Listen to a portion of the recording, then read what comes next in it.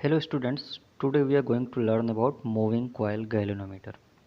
Okay, so this is the picture of moving coil galvanometer. Actually it is also called permanent magnet moving coil galvanometer. Galvanometer is a electromechanical instrument or device which is used to detect a very small current. It is not used for measuring heavy current. Actually we have to convert it into ammeter for that. Okay, सो इससे हम लोग 20 milli ampere या फिर 50 milli ampere या कभी कभी micro ampere तक हम लोग इससे मेज़र कर सकते हैं। चलो बात आती है कि किस प्रिंसिपल पे ये वर्क करता है। तो जब भी हम कोई एक कॉइल किसी मैग्नेटिक फील्ड में रखते हैं तो उसके ऊपर एक टॉर्क लगता है जिसकी वजह से कॉइल अपने आप मूव करता है या फिर रोटेट करता है। ठीक है, उसी प्रिंसिपल पे ये बेस्ड है।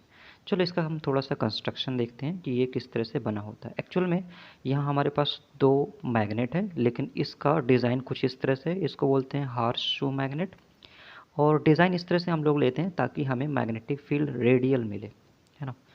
और ये अपने पास एक कॉइल है जिसमें ढेर सारे टर्न हो सकते हैं। मैं मान लेता हूँ कि इस पर नंबर ऑफ टर्न्स n है और ये इस तरह से रोटेट है। एक्चुअल में इसके बीच में एक आयरन होता है सिलेंड्रिकल शेप में, जिसको हम लोग शाफ्ट आयरन भी बोल सकते हैं। इस कॉइल से अटैच एक स्प्रिंग होता है। एक्चुअल में स्प्रिंग दोनों तरह साइड में होता है, एक ऊपर और एक नीचे। अब ये स्प्रिंग क्या करता है, जब ये रोटेट करेगा तो इसमें भी एक रिस्टोरिंग टॉर्क प्रोड्यूस होगा। इस तरह से यहाँ देख सकते हैं आप कि स्प्रिंग यहाँ से अटैच है कॉइल से, है ना, दोनों साइड में।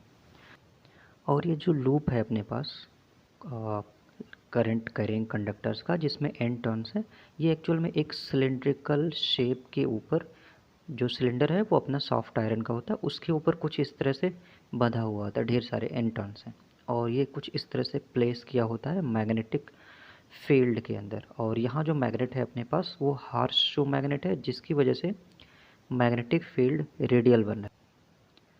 अगर हम गैल्वेनोमीटर का इनसाइड व्यू देखें तो वो कुछ इस तरह से दिखेगा, है ना।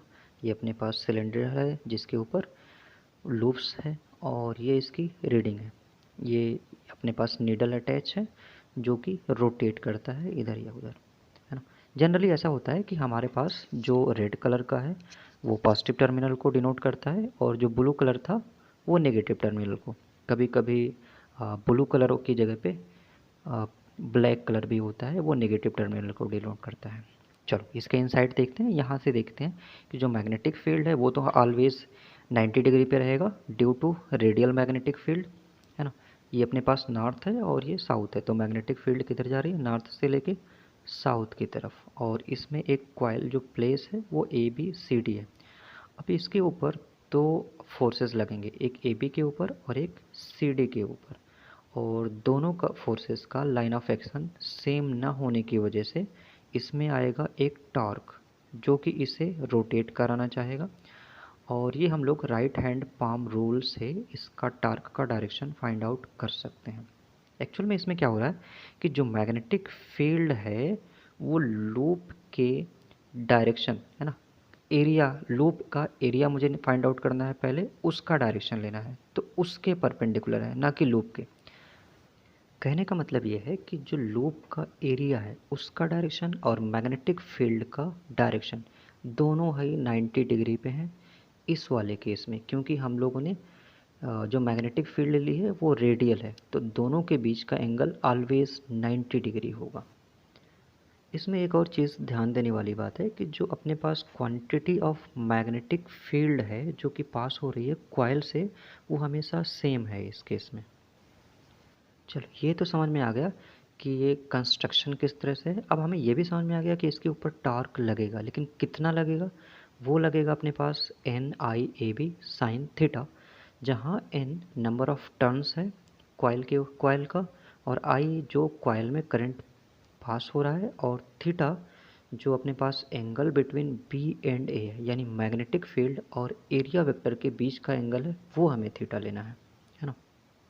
तो कुछ इस तरह से दिखेगा हमारे पास एरिया वेक्टर जो कि ऊपर के डायरेक्शन में है, और मैग्नेटिक फील्ड ये फ्रॉम लेफ़्ट टू राइट जो दिख रहा है, अभी ये रोटेट हो रहा है। और यहाँ ये सीधा सीधा दिख रहा है कि जो एरिया वेक्टर है और मैग्नेटिक फील्ड है उन दोनों के बीच का एंगल ऑलवेज 90 डिग्री है। इस केस में यहाँ थीटा कितना रहेगा अपने पास, 90 डिग्री रहेगा। अच्छा, टॉर्क को हम m क्रॉस b भी लिख सकते हैं, जहाँ m अपना मैग्नेटिक डाइपोल मोमेंट है और b अपना मैग्नेटिक फील्ड रहेगा, लेकिन फ़िलहाल हमें उसकी ज़रूरत नहीं है, तो मैं सीधा सीधा N I A B sine theta ही लिख रहा हूँ, है ना। यहाँ i को छोड़ के बाकी सब कांस्टेंट है, n a b और साइन 90 ये सब कांस्टेंट है। देखो कुछ देर के बाद कॉइल अपना किस में आ जाएगा, इक्विलिब्रियम में। उस टाइम तो टॉर्क रिस्टोरिंग होगा ड्यू टू स्प्रिंग, वो किसके बराबर हो जाएगा, torque produced by the coil, और torque produced by the coil equals कितना है, N I A B sine 90 degree. 90 क्यों, क्योंकि हमारा मैग्नेटिक फील्ड रेडियल था, जिसकी वजह से वो ऑलवेज 90 रहेगा। और रिस्टोरिंग टॉर्क कितना हो जाएगा, सी फाई। फाई क्या है, डिफ्लेक्शन है ना, स्प्रिंग कितनी रोटेट हुई है, कितना डिग्री रोटेट हुआ है स्प्रिंग, वो फाई है। और सी क्या है अपने पास, स्प्रिंग कांस्टेंट है। तो इस तरह से हमारे पास आई बराबर C phi upon N A B हो जाएगा, जहाँ अपना सी कांस्टेंट है, एन कांस्टेंट है, ए कांस्टेंट है और बी भी अपने पास कांस्टेंट है। तो आई इज़ डायरेक्टली प्रपोर्शन, या ये कह सकते हो कि I is linearly proportion to the phi. Phi अपना डिफ्लेक्शन है, यानी अब जितना भी डिफ्लेक्शन होगा वो किसका मेज़रमेंट होगा, करंट का मेज़रमेंट होगा, कितने मिली एम्पियर या कितने माइक्रो एम्पियर, जिस हिसाब से वो रीडिंग सेट हुई होगी वो अपने को शो करेगा। तो इस तरह से हमारा गैल्वेनोमीटर वर्क करता है। ये थी हमारी गैल्वेनोमीटर की पूरा कंस्ट्रक्शन और वर्किंग। होप आपको समझ में आया होगा। एक बार फिर से हम लोग देख लेते हैं कि अपने पास जो गैल्वेनोमीटर है वो कुछ इस तरह से दिखता है। मैग्नेटिक फील्ड अपना रेडियल होता है और इस तरह से इसके पास रीडिंग होती है। जो ब्लू कलर है वो नेगेटिव टर्मिनल को जनरली शो करता है और रेड कलर पॉजिटिव टर्मिनल को। और रियल लाइफ में कुछ इस तरह से गैल्वेनोमीटर आपके सामने है।